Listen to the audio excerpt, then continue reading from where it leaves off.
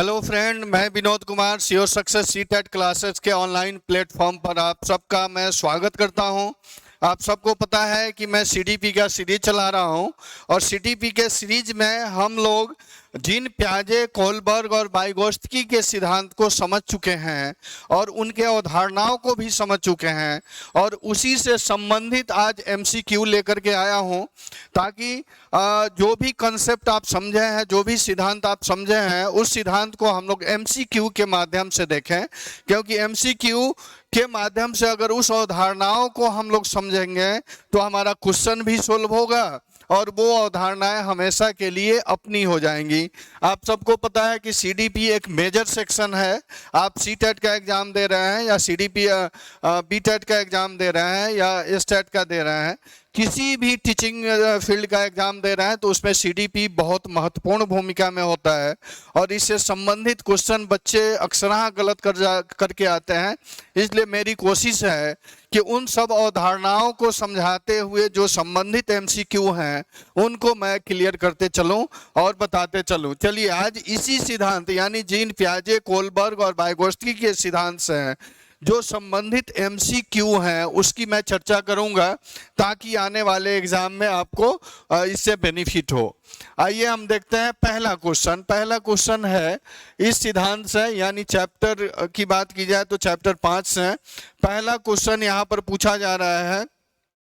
Gene पियाजे यानी पियाजे के अनुसार निम्नलिखित में से कौन सी अवस्था है जिसमें बच्चा अमूर्त संकल्पनाओं के विकास में तार्किक चिंतन करना आरंभ करता है? अमूर्त संकल्पनाओं के विषय में तार्किक चिंतन आरंभ करता है। पहला ऑप्शन है मूर्त संक्रियात्मक अवस्था। मूर्त संक्रियात्मक अवस्था यानी 7 से 11 वर्ष की अवस्था को मूर्त संक्रियात्मक अवस्था कहते हैं। बी है औपचारिक संक्रियात्मक अवस्था, यानी 11 से ऊपर की अवस्था को, 11 से 15 वर्ष की अवस्था को हम लोग औपचारिक संक्रियात्मक अवस्था कहते हैं। सी है संवेदी प्रेरक अवस्था। संवेदी प्रेरक अवस्था यानी जन्म से लेकर के 2 वर्ष की अवस्था को संवेदी प्रेरक अवस्था कहते हैं। और चौथे अवस्था की बात की जाए तो चौथा अवस्था जो है यह पूर्व संक्रियात्मक अवस्था यानी 2 से 7 वर्ष की अवस्था को पूर्व संक्रियात्मक अवस्था कहा जाता है। ध्यान रखेंगे, प्रश्न यहाँ पे पूछा जा रहा है आपसे कि पियाजे के अनुसार निम्नलिखित में से कौन सी अवस्था है जिसमें बच्चा अमूर्त संकल्पनाओं के विषय में तार्किक चिंतन आरंभ करता है।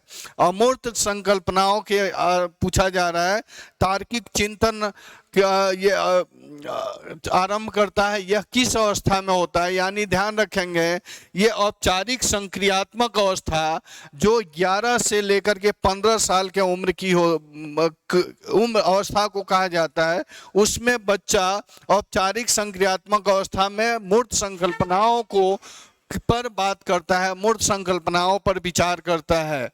ध्यान रखेंगे, मूर्त संकल्पनाओं पे विचार करता है, यानी आप ऑप्शन बी के तरफ जाएंगे। बी आंसर इसका होगा, यानी 11 से ऊपर 11 से 15 साल के बीच में बच्चा जो है ये अमूर्त संकल्पना पर अपना ध्यान केंद्रित करता है और उस पर चिंतन करता है। दूसरा प्रश्न है यहाँ पे, दूसरे प्रश्न की बात की जाए, बच्चों में बौद्धिक विकास की 4 विशिष्ट अवस्थाओं की पहचान की गई है। पूछा जा रहा है बौद्धिक विकास की 4 विशिष्ट अवस्थाओं की पहचान की गई है, किसके द्वारा? ए ऑप्शन है कोलबर्ग के द्वारा, बी है एरिक्सन के द्वारा, सी है स्किनर के द्वारा, डी है आपको पियाजे के द्वारा। तो ध्यान रखेंगे बौद्धिक विकास की 4 अवस्थाओं की पहचान की अगर बात की जाए तो ये 4 अवस्थाओं की पहचान करने वाले जो मनोवैज्ञानिक है वो जीन पियाजे हैं। जीन पियाजे ने 4 बौद्धिक अवस्थाओं की पहचान की है। नेक्स्ट प्रश्न है वह अवस्था, ध्यान रखेंगे, वह अवस्था जब बच्चा तार्किक रूप से वस्तुओं और घटनाओं के विषय में चिंतन प्रारंभ करता है। तार्किक रूप से ध्यान रखेंगे, वह कौन सी अवस्था है जिसमें तार्किक रूप से और वस्तुओं और घटनाओं के विषय में चिंतन प्रारंभ करता है। ये ऑप्शन है संवेदी प्रेरक अवस्था, बी है औपचारिक संक्रियात्मक अवस्था, सी है पूर्व संक्रियात्मक अवस्था, डी है मूर्त संक्रियात्मक अवस्था। अगर इसमें बात की जाए तो यह अमूर्त संक्रियात्मक अवस्था के बारे में तार्किक चिंतन अमूर्त संक्रियात्मक अवस्था के बारे में बच्चा जो है तार्किक चिंतन स्टार्ट कर देता है, प्रारंभ करता है। और अमूर्त संक्रियात्मक अवस्था की बात की जाए तो यह 11 से 15 वर्ष की अवस्था को हम लोग मूर्त संक्रियात्मक अवस्था कहते हैं। और इसमें बच्चा जो है ये तर्क शक्ति के आधार पर चीजों को देखता है, समझता है और चिंतन प्रारंभ करता है। चलिए नेक्स्ट प्रश्न की तरफ देख आते हैं। प्रश्न है बच्चों के संज्ञानात्मक विकास को सबसे अच्छे तरीके से कहाँ परिभाषित किया जाता है। कॉग्निटिव डेवलपमेंट की बात की जा रही है, यानी बच्चों के संज्ञानात्मक विकास को सबसे अच्छे तरीके से कहाँ परिभाषित किया जाता है। ए ऑप्शन है खेल के मैदान में, बी है विद्यालय एवं कक्षा में, सी है गृह में, डी है ऑडिटोरियम में। ध्यान रखेंगे यानी संज्ञानात्मक विकास, बौद्धिक विकास की सबसे सर्वोत्तम, सबसे उत्तम अवस्था कौन सी हो सकती है। तो आप ध्यान रखेंगे यह बी है विद्यालय और कक्षा में। विद्यालय और कक्षा में संज्ञानात्मक विकास को सबसे अच्छे तरीके से परिभाषित किया जाता है। सबसे अच्छे तरीके से संज्ञानात्मक विकास को परिभाषित कहाँ किया जाता है, विद्यालय और कक्षा में, क्योंकि यहीं पे बच्चों का चौतरफा विकास, चहुमुखी विकास होता है। ठीक है, चलिए नेक्स्ट प्रश्न की तरफ बढ़ते हैं। नेक्स्ट प्रश्न है, पांचवा प्रश्न है यहाँ निम्नलिखित में से पूछा जा रहा है निम्न में से कौन पियाजे के अनुसार बौद्धिक विकास का निर्धारक तत्व नहीं है। बौद्धिक विकास का निर्धारक तत्व नहीं है पूछा जा रहा है। प्रश्न है ए है सामाजिक संचरण, बी है अनुभव, सी है संतुलीकरण, डी है इनमें से कोई नहीं। ध्यान रखेंगे कहा जा रहा है पियाजे के अनुसार बौद्धिक विकास का निर्धारक तत्व नहीं है। यह सामाजिक संचरण जो है यह बौद्धिक विकास का निर्धारक तत्व नहीं है, क्योंकि देखिएगा अनुभव, संतुलन और इनमें से कोई नहीं की बात की जा रही है, ऐसा नहीं है। ये सामाजिक संचरण की अगर बात की जाए तो यह निर्धारक तत्व नहीं होता है। पियाजे इसको मना करते हैं, कहते हैं यह निर्धारक तत्व नहीं है। चलिए नेक्स्ट प्रश्न की बात की जाए तो यहाँ प्रश्न पूछा जा रहा है, छठा प्रश्न है बालकों की सोच अमूर्तता की अपेक्षा मूर्त अनुभव एवं प्रत्ययों से होता है, यह अवस्था है। ध्यान रखेंगे प्रश्न बहुत इंपॉर्टेंट है। पूछा जा रहा है बालकों की सोच अमूर्तता की अपेक्षा मूर्त अनुभवों एवं प्रत्ययों से होता है, यह अवस्था है। पहला ऑप्शन है 7 से 12 वर्ष तक, बी है 12 वर्ष से वयस्क तक, सी है 2 से 7 वर्ष तक, डी है जन्म से लेकर के 2 वर्ष तक। यानी कहते हैं कि अमूर्तता से मूर्त की ओर, अमूर्तता यानी जो चीजें प्रत्यक्ष दिख रही हैं उनको तो बच्चा देखता है, सोचता है, अपना तर्क देता है, लेकिन वह धीरे धीरे अमूर्तता से मूर्तता की ओर बढ़ता है। और वह बढ़ने की प्रक्रिया जो होती है यह 7 से 12 वर्ष की अवस्था में देखी जाती है। 7 से 12 वर्ष की अवस्था में इन सारे प्रत्ययों का, अनुभवों का विकास होता है बच्चों में, यह पियाजे निर्धारित करते हैं। चलिए नेक्स्ट प्रश्न है, प्रश्न यहां पर है पियाजे, पूछा जा रहा है पियाजे के संज्ञानात्मक विकास सिद्धांत के अनुसार संवेदी क्रियात्मक अवस्था होती है। संवेदी क्रियात्मक अवस्था होती है, आप सबको पता है ये 4 अवस्थाओं में बांटे हैं। यहाँ पर संवेदी क्रियात्मक, पियाजे के संज्ञानात्मक विकास के अनुसार संवेदी क्रियात्मक अवस्था कौन सी होती है। ए है जन्म से लेकर 2 वर्ष तक, बी है 2 से 7 वर्ष तक, सी है 7 से 11 वर्ष तक, डी है 11 से 16 वर्ष तक। 11 से 16 वर्ष तक की अवस्था है, यानी कह सकते हैं जन्म से लेकर के 2 वर्ष की अवस्था को संवेदी क्रियात्मक अवस्था कहते हैं। संवेदी क्रियात्मक अवस्था जन्म से लेकर के 2 वर्ष को संवेदी क्रियात्मक अवस्था कहते हैं, ध्यान रखेंगे।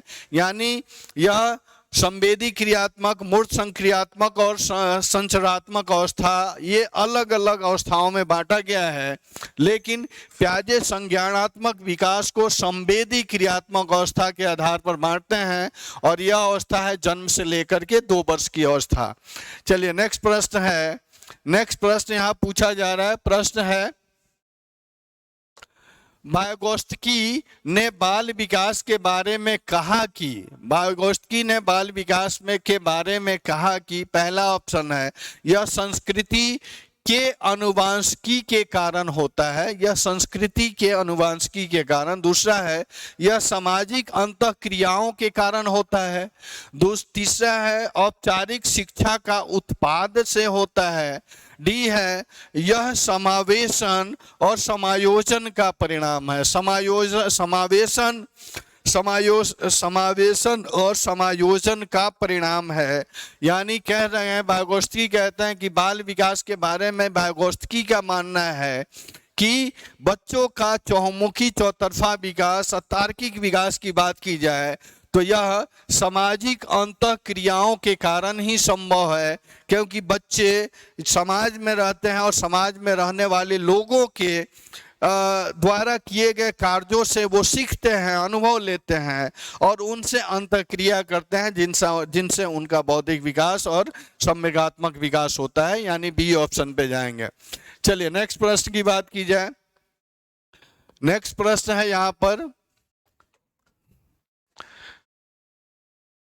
प्रश्न पूछा जा रहा है घटना और वस्तुओं के बारे में बच्चा तार्किक रूप से सोच सकता है। घटना और वस्तुओं के बारे में बच्चा तार्किक रूप से सोच सकता है। प्याजे के चरणों के संबंध में सही कथन है। पहला है सेंसरी तंत्रिका तंत्र, बी है प्रारंभिक संचालन प्रक्रिया, सी है मूर्त संचालन प्रक्रिया, डी है औपचारिक संचालन प्रक्रिया। औपचारिक संचालन प्रक्रिया। प्रश्न समझेंगे कि घटना और वस्तुओं के बारे में बच्चा तार्किक रूप से सोच सकता है और यह प्याजे के द्वारा बताए गए किस चरण में संभव है, किस चरण में ये बातें संभव है। तो ध्यान रखेंगे ये मूर्त संचालन प्रक्रिया की बात की जा रही है, यानी घटनाओं और वस्तुओं के बारे में। ध्यान रखेंगे कौन सी घटना के पीछे कौन से कारण है और कौन सी वस्तुएं जो हैं यह किस तरह रिएक्ट करती है और उनकी ऑथेंटिसिटी क्या है, उनकी महत्ता क्या है, इसके बारे में बच्चा जब सोचता है वह अवस्था मूर्त संचालन प्रक्रिया की अवस्था कही जाती है। मूर्त संचालन प्रक्रिया की अवस्था कही जाती है। नेक्स्ट प्रश्न है प्याजे की औपचारिक संक्रियात्मक अवस्था। औपचारिक संक्रियात्मक अवस्था बालक की किस आयु अवधि तक मानी जाती है? औपचारिक संक्रियात्मक अवस्था बालक के किस आयु अवधि तक मानी जाती है? ए है 0 से 2 वर्ष, बी है 2 से 7 वर्ष, सी है 7 से 11 वर्ष और डी है 11 से 15 वर्ष। 11 से 15 वर्ष यानी देख रहे हैं औपचारिक संक्रियात्मक अवस्था की बात की जा रही है, यानी बच्चा इसमें बच्चे इस काल में बच्चों में वो संकल्पनाओं का विकास होता है जिससे वो अच्छी समाज में अपनी भूमिका निभा सके। यानी कह सकते हैं ये 11 से 15 वर्ष की जो अवस्था है इसको हम लोग औपचारिक संक्रियात्मक अवस्था कहते हैं। औपचारिक संक्रियात्मक अवस्था कहते हैं। ध्यान रखेंगे औपचारिक संक्रियात्मक अवस्था इस अवस्था को कहते हैं, यानी 11 से 15 वर्ष की अवस्था को औपचारिक संक्रियात्मक अवस्था कहा जाता है। नेक्स्ट प्रश्न है प्रश्न है वह कौन सा और स्थान है, वह कौन सा स्थान है जहां बच्चे के संज्ञानात्मक विकास को सबसे बेहतर तरीके से परिभाषित किया जा सकता है। वह कौन सा स्थान है जिसमें बच्चे के संज्ञानात्मक विकास को सबसे बेहतर तरीके से परिभाषित किया जा सकता है। ए ऑप्शन है खेल का मैदान, बी है विद्यालय एवं कक्षा का पर्यावरण, सी है सभागार और डी ऑप्शन है घर। डी ऑप्शन है घर। यानी ध्यान रखेंगे यह पूछा जा रहा है कौन सा स्थान है जहां बच्चे के संज्ञानात्मक विकास को बेहतर तरीके से परिभाषित किया जा सकता है, तो वह स्थान विद्यालय और कक्षा का पर्यावरण। यानी विद्यालय और क्लासरूम का इन्वायरमेंट उस तरह का होता है जिसमें बच्चों के संज्ञानात्मक विकास को अच्छे से परिभाषित किया जा सकता है, और यह डिपेंड करता है बच्चों के क्लासरूम के इन्वायरमेंट को कि वह क्लासरूम जो है चाइल्ड सेंटर्ड है, बाल केंद्रित है या टीचर केंद्रित है, इस पर डिपेंड करता है। अगर वह क्लासरूम या क्लासरूम का इन्वायरमेंट चाइल्ड सेंटर्ड इन्वायरमेंट है तो उसमें बच्चों के संज्ञानात्मक विकास को अच्छे से परिभाषित किया जा सकता है और इसको समझाया जा सकता है और समझा जा सकता है। ध्यान रखेंगे। नेक्स्ट प्रश्न है, प्रश्न यहां बन रहा है बच्चे दुनिया के बारे में अपनी समझ का सृजन, बच्चे दुनिया के बारे में अपनी समझ का सृजन करते हैं, इसका श्रेय डैश को जाता है। किसको जाता है? पियाजे को, कोल्बर को, पैवलॉव को और स्किनर को। पैवलॉव को और स्किनर को। ध्यान रखेंगे बच्चे दुनिया के बारे में अपनी समझ का सृजन करते हैं, इसके बाद यह श्रेय जो है यह पियाजे को जाता है। पियाजे यह संकल्पना आधारित करते हैं, संकल्पना बताते हैं कि बच्चे दुनिया के बारे में अपनी समझ का सृजन खुद करते हैं, और यह सृजन की प्रक्रिया जो है उनके रहने के वातावरण पर डिपेंड करता है, जिसको डिफाइन कौन करते हैं? पियाजे करते हैं। ध्यान रखेंगे।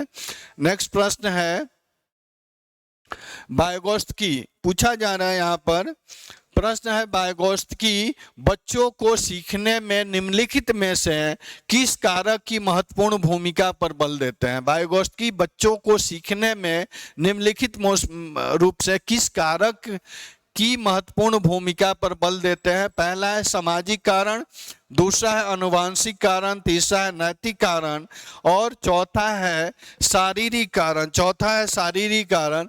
यानी वाइगोत्स्की के अनुसार बच्चों के लिए बच्चों के सीखने का सबसे उपयुक्त स्थान जो होता है यह समाज ही होता है, क्योंकि बच्चे समाज के नियमों के अंतःक्रिया से ही अपना बौद्धिक विकास करते हैं और सीखते हैं। यानी सीखने सिखाने की प्रक्रिया की अगर बात की जाए, सीखने सिखाने की प्रक्रिया की अगर बात की जाए तो यह सामाजिक अनुभव पर यह डिपेंड करता है। यानी वाइगोत्स्की जो है यह सबसे महत्वपूर्ण कारण सामाजिक कारण मानते हैं। ध्यान रखेंगे।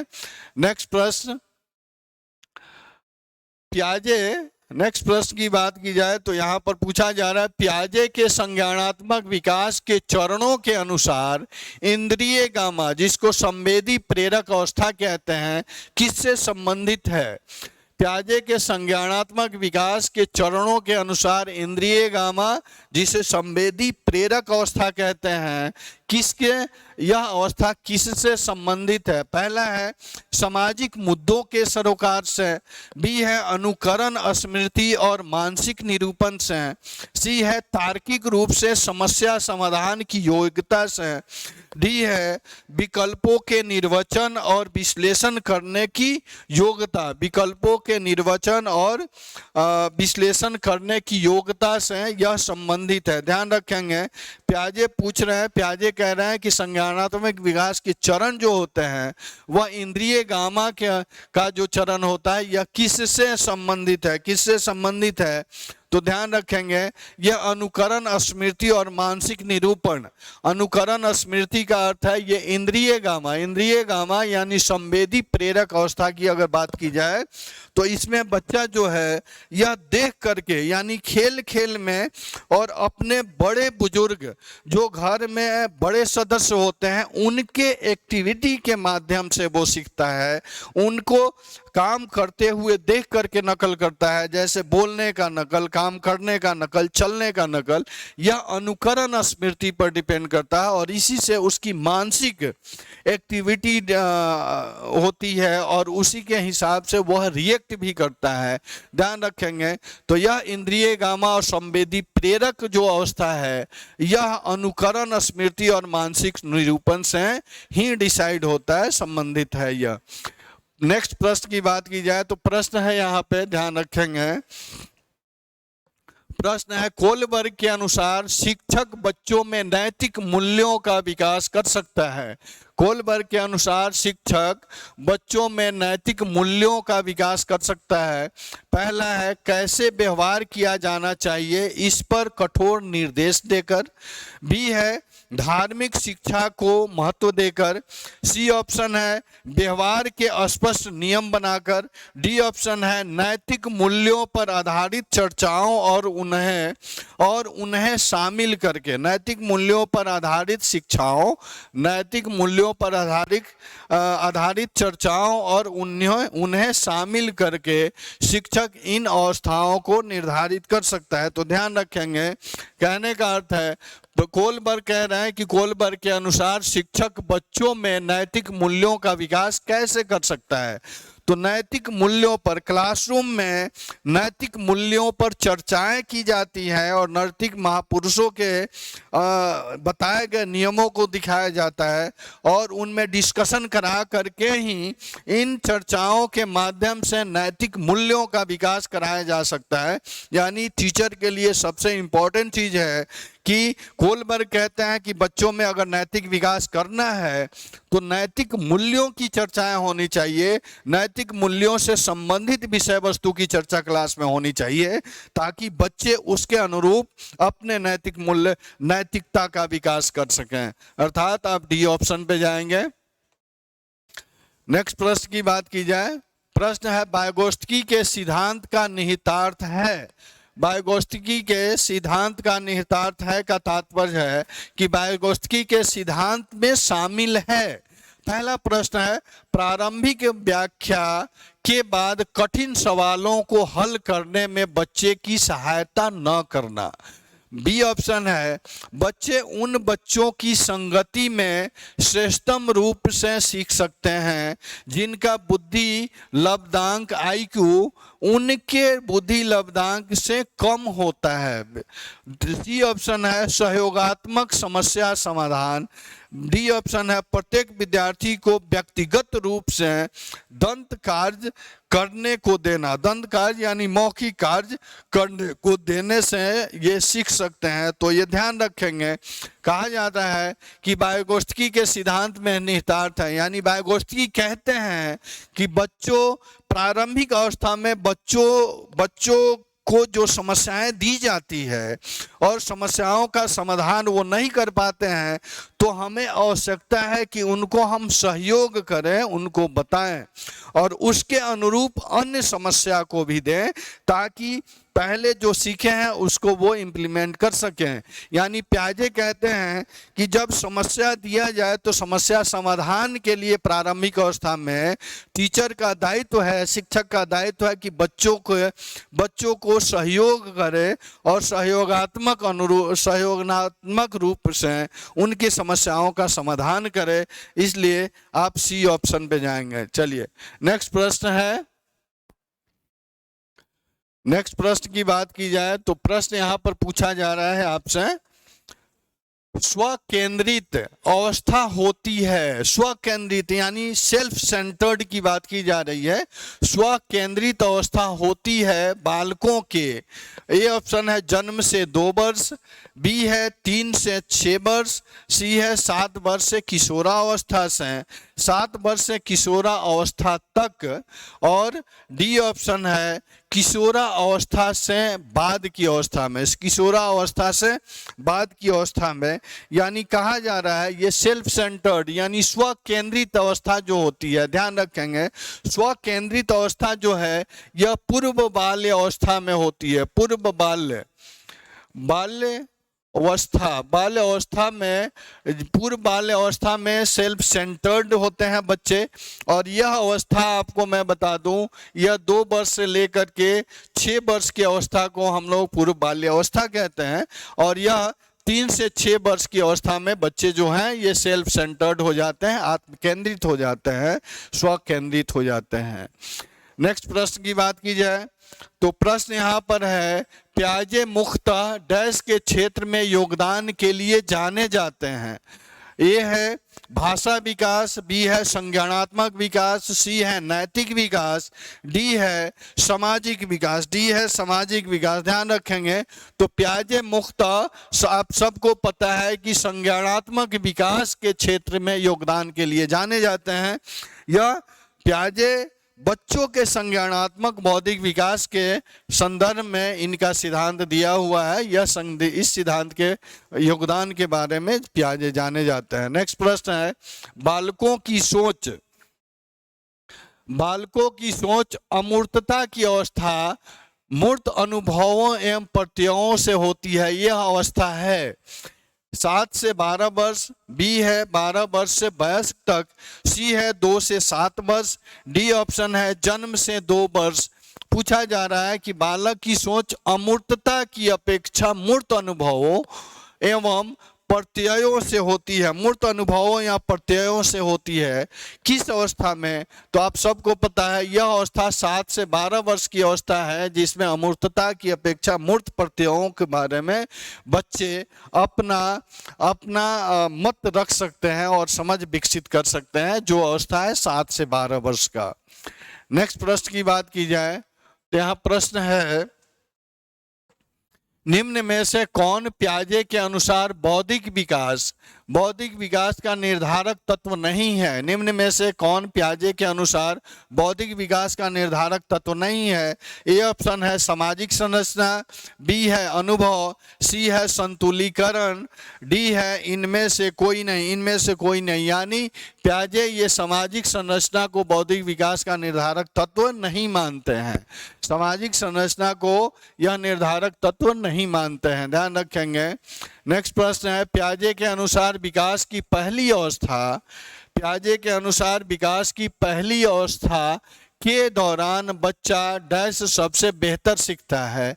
ये ऑप्शन है निष्क्रिय शब्दों को समझने के द्वारा, बी है अमूर्त तरीकों से चिंतन के द्वारा, सी है भाषा के नए अर्जित ज्ञान के अनुप्रयोग के द्वारा, डी ऑप्शन है इंद्रियों के अनुप्रयोग के द्वारा। प्याजे कहते हैं प्याजे के अनुसार विकास की पहली अवस्था के दौरान बच्चे जो हैं यह इंद्रियों के प्रयोग के द्वारा बेहतर सीखते हैं। इंद्रियों के प्रयोग के द्वारा इंद्रिय गामा अवस्था जिसको बोलते हैं, और यह अवस्था जन्म से लेकर के, ध्यान रखेंगे, जन्म से 2 वर्ष की अवस्था होती है, जिसमें बच्चा इंद्रियों के प्रयोग के द्वारा ये अपने अनुभवों को, अपने क्रियाओं को वो सीखता है, जिसको इंद्रियों के प्रयोग के द्वारा कहते हैं, जिसको इंद्रिय गामा अवस्था भी कहते हैं, ध्यान रखेंगे। नेक्स्ट प्रश्न है, प्याजे के अनुसार संज्ञानात्मक बाल विकास कितनी अवस्थाएं होती हैं? प्याजे के अनुसार संज्ञानात्मक बाल विकास की कितनी अवस्था होती हैं? तो आप सबको पता है प्याजे के अनुसार संज्ञानात्मक विकास की 4 अवस्थाएं होती हैं। टोटल इन्होंने 4 अवस्थाओं में बाल विकास के, संज्ञानात्मक विकास के अवस्था को निर्धारित किया है प्याजे ने। लॉरेंस कोलबर्ग, नेक्स्ट प्रश्न है, यहाँ पर प्रश्न पूछा जा रहा है, लॉरेंस कोलबर्ग विकास के क्षेत्र में शोध के लिए जाने जाते हैं। लॉरेंस कोलबर्ग विकास के क्षेत्र में शोध के लिए जाने जाते हैं। ए है संज्ञानात्मक, बी है शारीरिक, सी है नैतिक, और डी ऑप्शन है गामा। यानी ध्यान रखेंगे कोलबर्ग प्याजे संज्ञानात्मक विकास की बात करते हैं, और कोलबर्ग की बात की जाए तो यह नैतिक विकास की बात करते हैं, और ये कहते हैं कि क्लासरूम का इन्वायरमेंट नैतिक मूल्यों की चर्चाओं पर ही होनी चाहिए। इसलिए आप ध्यान रखें, जब भी कोलबर्ग की बात आए तो आप नैतिक विकास से संबंधित अवधारणाओं पर ही जाएंगे। चलिए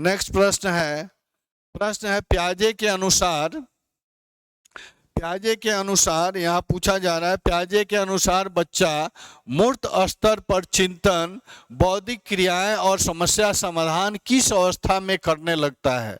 पूर्व ए है पूर्व संक्रियात्मक अवस्था, बी है मूर्त संक्रियात्मक अवस्था, सी है औपचारिक संक्रियात्मक अवस्था, डी है संवेदी पेशीय अवस्था। संवेदी पेशीय अवस्था ध्यान रखेंगे, पूछा जा रहा है यहाँ बच्चा मूर्त स्तर पर चिंतन, बौद्धिक क्रियाओं और समस्या समाधान की अवस्था में करने लगता है, यानी यह अवस्था 11 से 16 वर्ष की अवस्था में होती है, जिसको औपचारिक संक्रियात्मक अवस्था कहते हैं। इस अवस्थाओं में बच्चों में चिंतन करने की क्षमता विकसित हो जाती है और वह अमूर्त चीजों पर अपनी बात रखने लगता है और अपना विचार रखने लगता है और उसके हिसाब से वह काम करने लगता है और उसी के अनुरूप समस्या समाधान भी करता है। प्रॉब्लम सॉल्विंग की कैपेसिटी डेवलप हो जाती है, वह होती है औपचारिक संक्रियात्मक अवस्था में, जो 11 से 16 वर्ष की अवस्था है। चलिए नेक्स्ट प्रश्न की बात की जाए। नेक्स्ट प्रश्न है प्याजे। यहाँ पूछा जा रहा है प्याजे के अधिगम के संज्ञानात्मक सिद्धांत के अनुसार वह प्रक्रिया जिसके द्वारा संज्ञानात्मक संरचना को संशोधित किया जाता है डैश वह कहलाती है। पहला है प्रत्यक्षण, बी है समायोजन, सी है समावेशन और डी है एस्कीमा। ध्यान रखेंगे, यह का पूछा जा रहा है प्याजे के अधिगम के संज्ञानात्मक सिद्धांत के अनुसार वह प्रक्रिया जिसके द्वारा संज्ञानात्मक संरचना को संशोधित किया जाता है वह कहलाती है समावेशन। समावेशन ध्यान रखेंगे, समावेशन वैसी प्रक्रिया है जिसमें पूर्व ज्ञान, देखिए पूर्व ज्ञान जो होते हैं उसमें संशोधित करने की अगर आवश्यकता पड़े नवीन ज्ञान के अर्जन के फलस्वरूप, तो उसमें संशोधित किया जा सकता है। ध्यान रखेंगे, प्याजे कहते हैं कि नवीन ज्ञान अर्जित करना है और नवीन ज्ञान अर्जित करने के लिए अगर पूर्व ज्ञान में संशोधित करना पड़े तो बालक को करना चाहिए और इस प्रक्रिया को हम लोग समावेशन की प्रक्रिया कहते हैं। ध्यान रखेंगे, समावेशन की प्रक्रिया कहते हैं। चलिए, यह 25 क्वेश्चन का क्लास था, इसमें हमने कोशिश किया उन संकल्पनाओं को समझाने की। नेक्स्ट पार्ट में इससे रेस्ट जो प्रश्न है, यह पहला पार्ट है, दूसरे पार्ट में हम और प्रश्न लेकर के आएंगे और उसमें भी समझने की कोशिश करेंगे कि कौन सी संकल्पनाओं से कैसे प्रश्न बन जाते हैं। और ध्यान रखेंगे आए दिन जो अभी केबीएस के द्वारा एग्जाम ऑर्गेनाइज किया जा रहा है, तो केबीएस के लिए मैं जो चाइल्ड साइकोलॉजी तो मैं चला ही रहा हूँ, इसके अलावा जो पेडागोजी से संबंधित क्वेश्चन होते हैं, शिक्षण शास्त्र से संबंधित क्वेश्चन होते हैं, इसका सीरीज मैं लेकर के कल के बाद नेक्स्ट क्लास में लेकर के आऊँगा और मैं कोशिश करूँगा कि केबीएस में आने वाले जितने पेडागोजी हैं उनसे मैक्सिमम क्वेश्चन कराए जा सके, ताकि आप केबीएस का एग्जाम जब देने जा रहे हैं उससे आपको फायदा हो सके और उसमें आप इससे बेनिफिट उठा सकें। तो ध्यान रखेंगे, नेक्स्ट क्लास में आपकी संख्या मैं चाहूँगा कि ज़्यादा से ज़्यादा जुड़ें और शेयर करें, क्योंकि नेक्स्ट क्लास में मैं केबीएस के स्पेसिफिक केबीएस के लिए ही शिक्षण शास्त्र लेकर के आऊँगा और उससे संबंधित क्वेश्चन की चर्चा मैं करूँगा। तब तक के लिए मैं यहाँ क्लास समाप्त करता हूँ, फिर मिलते हैं नेक्स्ट क्लास में। तब तक के लिए धन्यवाद।